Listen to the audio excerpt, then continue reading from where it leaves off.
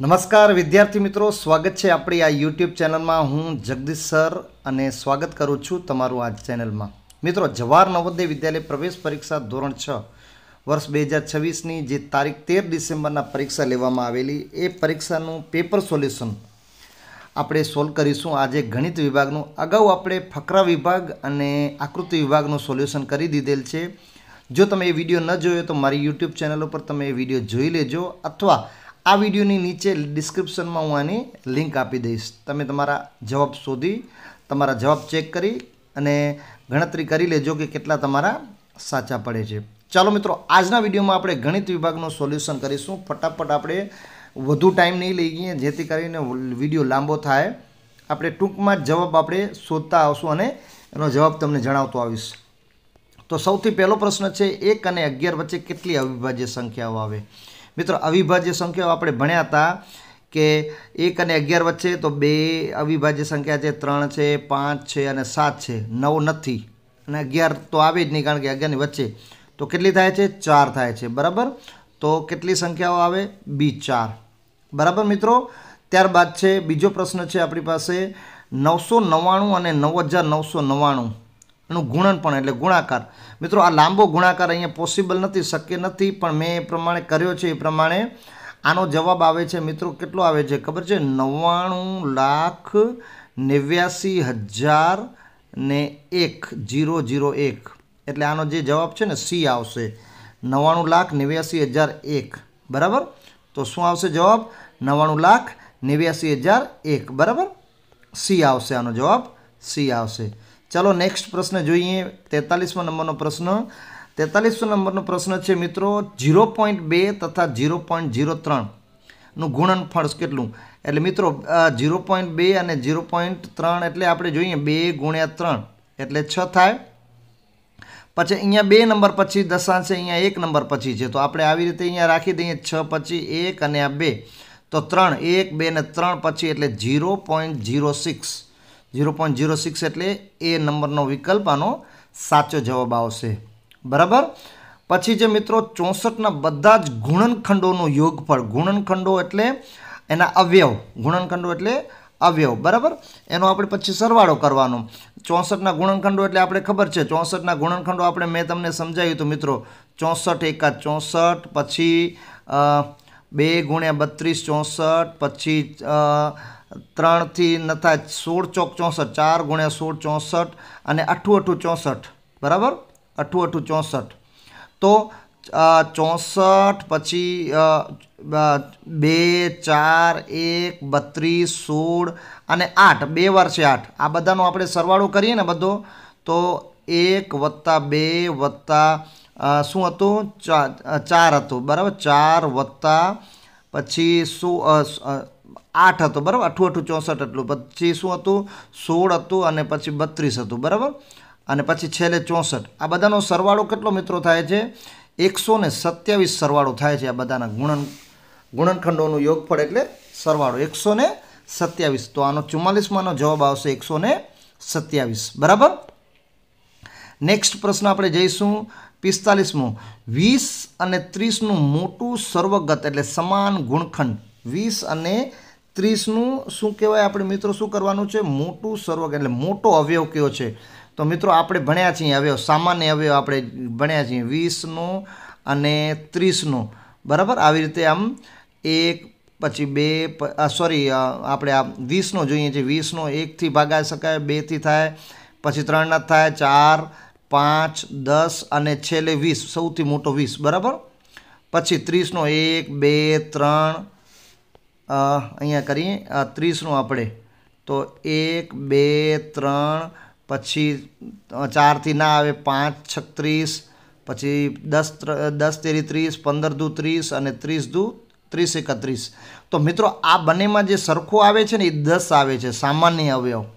આ બંનેમાં સામાન્ય અવયવ આવે છે ને એ સી 10 આવે છે, તો આનો જવાબ આવશે સી, બરાબર।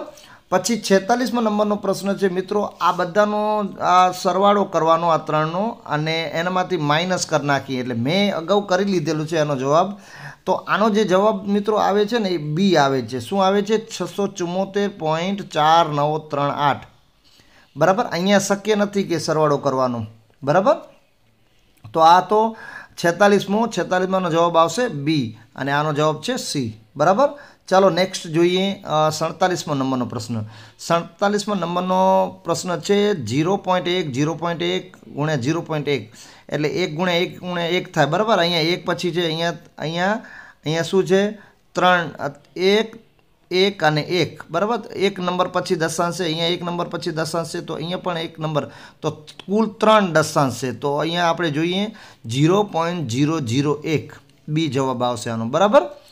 પછી આ છે પૂર્ણાંક છે, બરાબર. પૂર્ણાંકમાં ભાગાકાર છે, ગુણ્યા છે 2 અને વત્તા 3/2. આ આપણું આખું સોલ્યુશન આપણે જો કરીએ આનો જે સોલ્યુશન મિત્રો આપણે કરવા જઈએ તો આનો સોલ્યુશન જો કરીએ તો આનો જવાબ આવે છે 7/2, બરાબર. 7/2 એટલે 7/2, બરાબર.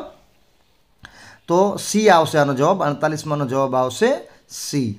ચલો નેક્સ્ટ જોઈએ હવે આગળ. નેક્સ્ટ જોઈએ 48મો હતો તો 49મો, બરાબર. 49માં 999 ભાગ્યા 1000 એટલે આપણે ભાગ્યા કરી નાખીએ તો મિત્રો જોઈ લો તમે 999 આપણે અગાઉ પણ આપણે દશાંશ અપૂર્ણાંક શીખ્યા છીએ. 999 આવી રીતે છે, નીચે 1000 છે, તો 1 2 અને 3 તો 0.999 તો સી છે આનો જવાબ 0.99, બરાબર. પછી છે નેક્સ્ટ છે 0.229 એટલે 0.238નું અવિભાજ્ય રૂપ શું છે? તો 229 3 નંબર પછી દશાંશ છે તો નીચે 1000. હવે આને ભાગાકાર કરી નાખીએ તો આનો જવાબ મિત્રો આવે કેટલો આવે ખબર છે? 500 દુ 1000 અને 119 દુ 29, 229. તો 119 ભાગ્યા 500, બરાબર. તો એ જવાબ છે આનો, એ છે, બરાબર. 50માનો જવાબ આવશે એ 119 ભાગ્યા 50, 119/500, બરાબર. ચાલો નેક્સ્ટ જોઈએ હવે આગળ 51મો પ્રશ્ન છે 100 સેન્ટીમીટરનો વર્ગ ને વર્ગ મીટરમાં બદલાવાથી શું પ્રાપ્ત થાય? બરાબર. તો મિત્રો આ જોઈએ આપણે ખ્યાલ જ છે 100 સેન્ટીમીટર એટલે 1 સેન્ટીમીટર એટલે બરાબર 1 મીટર બરાબર 100 સેન્ટીમીટર, પણ અહીંયા વર્ગ છે. તો આનો સીધો જવાબ તમે મિત્રો જોઈએ ને તો બી 0.01 મીટર વર્ગ આવે, બરાબર. ચાલો નેક્સ્ટ જોશું 52મો પ્રશ્ન. એક રેલગાડી દિલ્હીથી જયપુર માટે 10:45 રવાના થાય છે અને જયપુર સાંજે 3:30 પહોંચે છે. તો યાત્રાનો સમય શું? તો પહોંચવાનો સમય માઇનસ શરૂ થવાનો સમય. તો આ 3:30 છે મિત્રો. 3:30 એટલે આપણે 24 કલાકના સમયગાળામાં જોઈએ ને તો 15:30 ગણાય. કેટલું ગણાય? 15:30 ગણાય. 15:30 માઇનસ 10:45 કરી નાખો એટલે તમારો જવાબ મિત્રો આવી જશે અહીંયા. આ 30 કલાકમાંથી 45 મિનિટ નહીં જાય એટલે 1 કલાક અહીંયાથી આપણે કેરી લઈ લઈએ, એટલે આપણે દસકો લઈ લઈએ જેને કહીએ ને. તો 60 મિનિટ ગણતરી કરીએ તો આપણે 60 મિનિટ એટલે 90 થાય. તો 90માંથી 45 જાય તો 45 બચે અને 1 કલાક અહીંયા ઓલરેડી આપણે આ દસકો દઈ દીધેલો છે એટલે અહીંયા 14 બચશે. 14માંથી 10 જાય એટલે 4, એટલે 4 કલાક અને 45 મિનિટ મિત્રો. 4 કલાક અને 45 મિનિટ. તો આનો જવાબ મિત્રો આવશે 4 કલાક અને 45 મિનિટ, બરાબર છે મિત્રો? સમજાઈ ગયું? ચાલો નેક્સ્ટ જોશું 53મો પ્રશ્ન. આપેલ પદાવલીમાં લુપ્ત સંખ્યા કેટલી?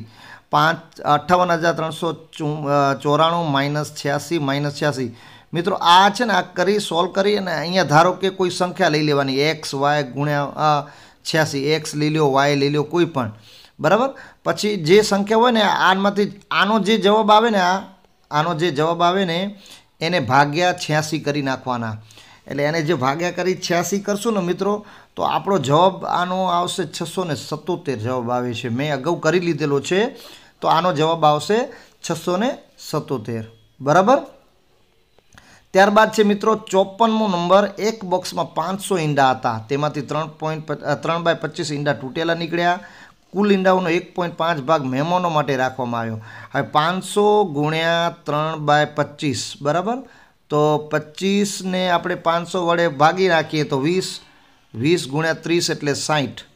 તો 60 ઈંડા તૂટેલા નીકળ્યા, બરાબર. 60 ઈંડા તૂટેલા નીકળ્યા. અને પછી 500 ગુણ્યા 1/5, 500 ગુણ્યા 1/5 એટલે 100 ઈંડા મહેમાનો માટે રાખ્યા, બરાબર.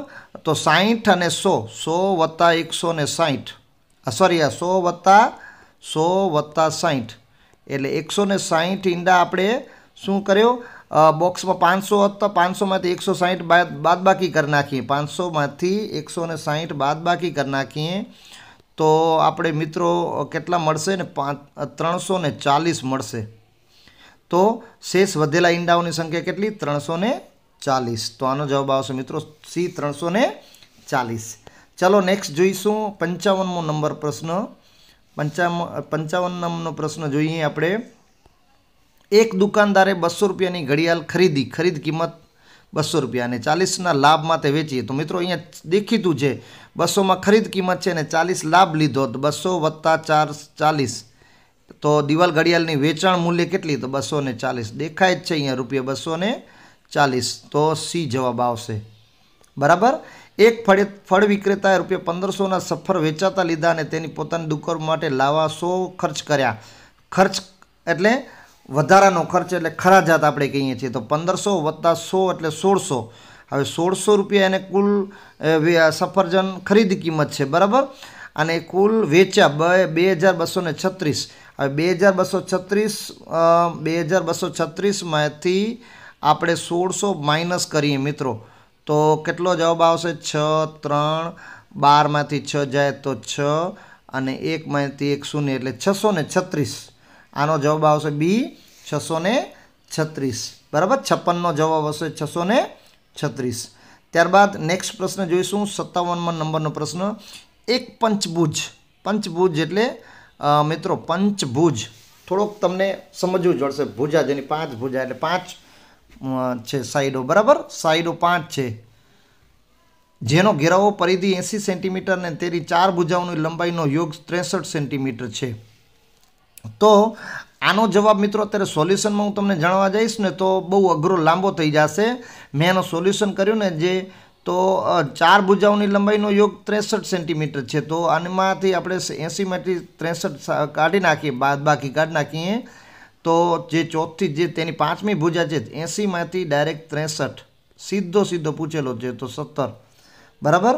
તો આનો જવાબ આવશે મિત્રો કેટલો આવશે, 17 સેન્ટીમીટર. 17 સેન્ટીમીટર. એક પૂર્ણકોણ બરાબર કેટલો થશે, બરાબર મિત્રો. પૂર્ણકોણ છે ને આ થોડોક નવો છે, થોડોક છોકરાઓ મૂંઝાઈ ગયા છે ઘણા બધા. તો એક પૂર્ણકોણ બરાબર 4 લંબકોણ આવે, 4 લંબકોણ આવે, બરાબર. 58મો જવાબ આવશે 4 લંબકોણ. ઠીક છે મિત્રો. ચાલો નેક્સ્ટ જોઈશું 59મો નંબરનો પ્રશ્ન. એક લંબચોરસના બધા જ અંતકોણનું યોગફળ બને છે. મિત્રો આપણે અંતકોણ એટલે આપણે સમજી લો ને કે જેને કહીએ ને કે આપણે આવી રીતે જો આવી રીતે જે લંબચોરસ હોય, બરાબર. અહીંયા 90 ડિગ્રી, અહીંયા 90 અંશ, અહીંયા 90 અંશ અને 90 અંશ એટલે 90 ગુણ્યા 4 એટલે કેટલો થાય, 360 થાય. કેટલો થાય, 360 થાય, બરાબર. નેક્સ્ટ પ્રશ્ન છે મિત્રો 60મા નંબરનો જે પ્રશ્ન છે ને એ આલેખનો છે. એ આલેખનો પ્રશ્ન આપણે નેક્સ્ટ આગળ જોઈએ 60મા નંબરનો પ્રશ્ન. મિત્રો 60મા નંબરનો પ્રશ્ન જોઈશું. તો 60મા નંબરનો જે પ્રશ્ન છે એ ગ્રાફ છે. 115 પરિવારોનો સર્વ અંકિત કરવામાં આવ્યો કે પ્રત્યેક પરિવારમાં કેટલા બાળકો છે, બરાબર.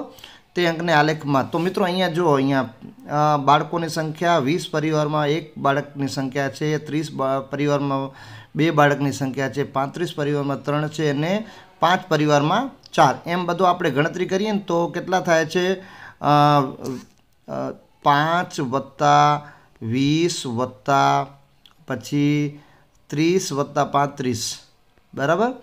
એમ આપણે ગણતરી કરીએ ને કુલ તો આપણી પાસે 5 ને 5 10 વધી આવી 1 ને 3 ને 3 6. એક જ મિનિટ હો મિત્રો, ફરીથી 35 વત્તા 30 વત્તા 20 અને છેલ્લે છે 5, બરાબર. તો 10 વધી આવી 1, 4 ને 3 7 ને 2 9, બરાબર. 90. હવે 115માંથી 90 માઇનસ કરીએ, કુલ પરિવારો 115 છે, માઇનસ 90 કરીએ તો 5 નો 5 ને 11માંથી 9 જાય તો 2, તો અહીંયા મિત્રો 25 આવે. તો 25 પરિવારમાં કેટલા શું છે પરિવારને એમાં કોઈ બાળક નથી, તો આનો જવાબ આવશે મિત્રો સી 25. આશા રાખું મિત્રો આ તમને ગણિત વિભાગનું સોલ્યુશન સારું લાગ્યું હશે. તમારા કેટલા માર્ક્સ થાય છે આ 20 માર્ક્સમાંથી તમારા કેટલા સાચા પડ્યા છે મને કમેન્ટ કરી જરૂર જણાવજો. મળીશું નેક્સ્ટ વિડીયોમાં કંઈક અલગ માહિતી સાથે. ત્યાં સુધી થેન્ક યુ, ધન્યવાદ.